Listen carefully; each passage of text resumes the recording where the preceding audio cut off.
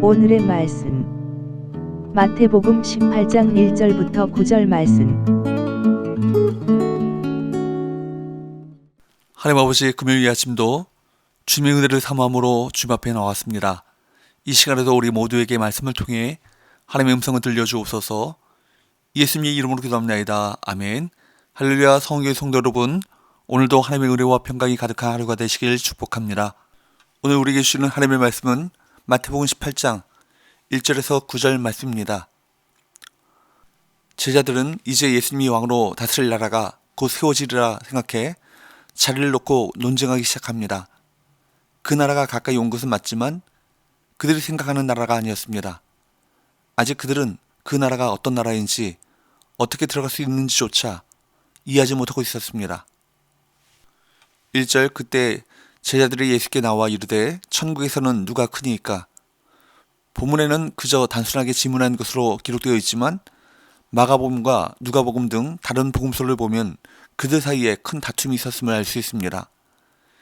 예수님이 구세주이심을 고백했고 하나님의 영광이 임한 것을 보았지만 그들 다음 행동은 권력 다툼이었습니다. 그들은 예수님과 하나님 나라에 대한 지식을 얻었는지는 몰라도 아직 그 나라의 백성이 되지는 못했습니다. 지식과 믿음은 별개입니다. 여기에 보면 제자들은 주님에게 천국에서 누가 크니까? 라고 질문했습니다. 말하자면 천국에서는 누가 서열이 높은가? 라고 질문한 것입니다. 그런데 여러분, 우리가 알다시피 누가 더 높은 자리에 앉을 것인가? 라고 하는 것은 이 세상의 관심사입니다. 세상은 늘 이런 질문을 합니다. 누가 더 높은 위치에 있는가? 누가 월급을 더 많이 받고, 누가 더 큰 집에 살고, 누가 더 좋은 차를 타고 다니고, 누가 더 예쁜가? 라고 묻습니다.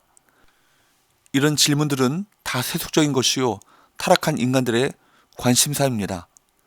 문제는 예수님의 제자들 역시 이런 세속적인 관심에서 벗어나지 못하고 천국에서 누가 큽니까? 라고 질문했다는 것입니다. 2절을 보면 예수님께서는 그들의 본심을 아시고 한 아이를 불러 가운데 세우십니다. 그리고 하나님 백성의 기본 조건을 알려주십니다. 3절, 이르시되 진실로 너희에게 이르노니 너희가 돌이켜 어린 아이들과 같이 되지 아니하면 결단코 천국에 들어가지 못하리라. 여기에 보면 주님께서는 너희가 돌이켜 어린아이와 같이 되지 아니하면 이라고 말씀하셨습니다. 여기에 나오는 돌이켜라는 말은 히라보로 스크라포라는 말인데 회개하다 라는 의미로 사용되었습니다. 그러므로 돌이켜 어린아이와 같이 되라는 것은 세상의 질서 안에서 누가 서로 크냐라고 다투던 삶을 회개하고 처음으로 돌아가서 어린아이와 같아져야 한다라는 말입니다. 그런데 우리가 본문의 주위에서 보면 지금 제자들은 천국에서 누가 크냐라는 문제에 관심을 가지고 주님께 질문했는데 예수님께서는 오히려 천국 시민의 자격에 대해서 말씀하고 있다는 것을 발견할 수 있습니다. 제자들이 무엇을 물었습니까? 천국에서는 누가 큽니까? 라고 물었습니다. 그런데 주님께서는 너희가 돌이켜 어린아이와 같이 되지 않으면 아예 천국에 들어갈 수도 없다라고 말씀하셨습니다. 천국은 누가 크고 누가 작은가가 중요하지 않다는 것입니다.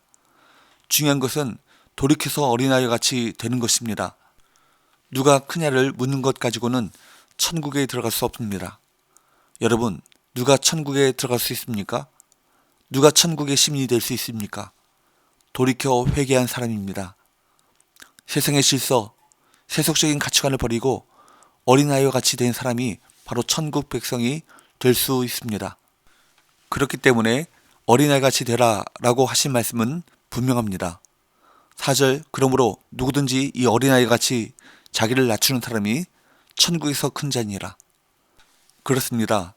어린아이 같이 된다는 것은 한마디로 어린아이처럼 자신을 낮추는 사람이 되는 것입니다. 어린아이들은 본능적으로 자신의 연약함을 알고 자신을 낮출 줄 압니다. 남에게 의존하지 않으면 생존할 수 없다는 것을 잘 알고 있습니다. 그래서 아기들은 문제가 생기면 울기부터 합니다. 울어서 어른을 부릅니다. 좀 자란 아이는 문제가 생기면 우선 엄마를 찾습니다. 여러분, 천국의 원리가 바로 이런 것입니다. 자신의 무능과 자신의 무력함, 자신의 연약함을 인정하고 하나님에게 의지하는 것입니다. 그러므로 돌이켜 어린아이와 같이 된 사람들은 자신이 하나님 앞에 얼마나 비참한 죄인인지를 압니다. 하나님의 은혜로 구원받았다는 것에 감격할 줄도 알고 늘 십자가 복음을 붙잡습니다.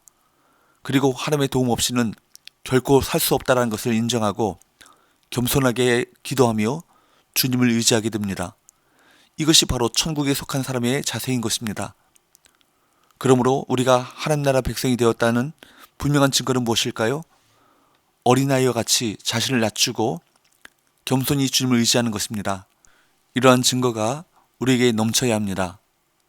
5절 또 누구든지 내 이름으로 이런 어린아이 하나를 영접하면 곧 나를 영접함이니 예수님께서는 이제 어린아이 같은 사람, 미숙하고 부족한 사람을 영접하라고 교훈하십니다. 즉 서로 자기가 크다고 다투지 말고 지극히 작은 자를 예수님 섬기듯이 섬기라는 교훈입니다. 주님의 이름으로 영접하라는 것은 마치 주님을 대하듯이 하라는 말씀입니다. 천국의 성품이란 예수님의 이름으로 다른 사람들을 대하는 것입니다. 그런데 우리가 바로 이 말씀에서 천국의 삶이 어떤 것인지 알 수 있습니다. 우리가 가정에서 천국을 경험하려면 자녀들은 부모를 대할 때 주님의 이름으로 마치 주님을 대하듯이 하면 됩니다. 부모 역시 자녀들을 주님의 이름으로 주님을 대하듯이 하면 될 것입니다. 남편이 아내를 대할 때에도 그리고 아내가 남편을 대할 때에도 마찬가지입니다. 주님의 이름으로 주님을 영접하듯이 대하면 될 것입니다. 이것이 가정 안에 천국을 경험하는 성경적인 원리인 것입니다. 교회 공동체도 마찬가지입니다. 목회자는 성도들을 예수님께 하듯 섬겨야 할 것이고 성도들은 서로를 주님 대하듯이 대하고 목회자를 주님을 대하듯이 하면 될 것입니다.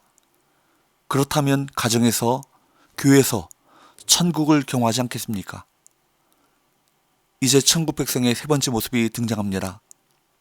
6절 누구든지 나를 믿는 이 작은 자 중 하나를 실족하게 하면 차라리 연자맷돌이 그 목에 달려서 깊은 바다에 빠뜨려지는 것이 나으니라.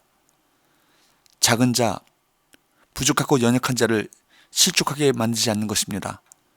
그렇다면 어떤 것이 실족하게 만드는 행동일까요? ESV 같은 영어 성경은 믿음이 있는 작은 자를 죄짓게 만드는 것이라고 말합니다. 예수님께서는 우리에게 작은 자, 어린아이의 중요함을 강조하셨습니다.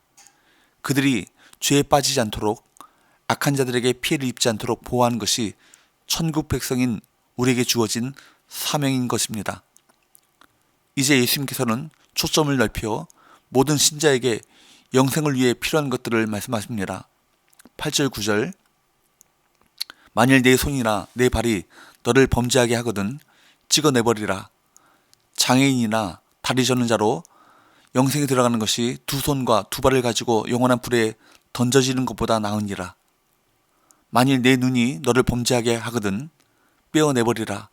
한 눈으로 영생에 들어가는 것이 두 눈을 가지고 지옥불에 던져지는 것보다 나으니라.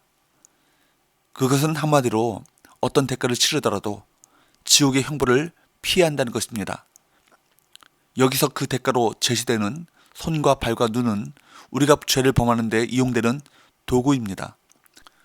범죄의 수단을 어떻게든 제거해 절대로 죄를 지을 수 없는 상황을 만들라는 것입니다. 죄를 짓고 나서 회개하면 된다고 안일하게 생각해서는 안 될 것입니다. 죄는 피하는 것이 상책입니다. 어린아이와 같이 자기를 낮추고 지극히 작은 자까지 영접하는 것이 예수님께서 말씀하신 하나님 나라에 합당한 사람의 모습인 것입니다. 우리가 여전히 어른의 싸움, 돈, 명예, 권력 등 그런 것들에 매몰되어 있다면 회개하고 어린아이와 같이 되기를 힘써야 합니다. 그리고 자기를 부인하고 자기 십자가를 지고 예수님을 따르는 제자로 살아갈 것입니다. 기도합시다. 하나님 아버지, 우리 안에 교만의 마음을 버리게 하시고 회개하여 우리 안에 겸손과 섬김의 마음을 부어주셔서 작은 자를 섬기는 주님의 참된 제자들이 되게 하여 주옵소서. 예수님의 이름으로 기도합니다. 아멘.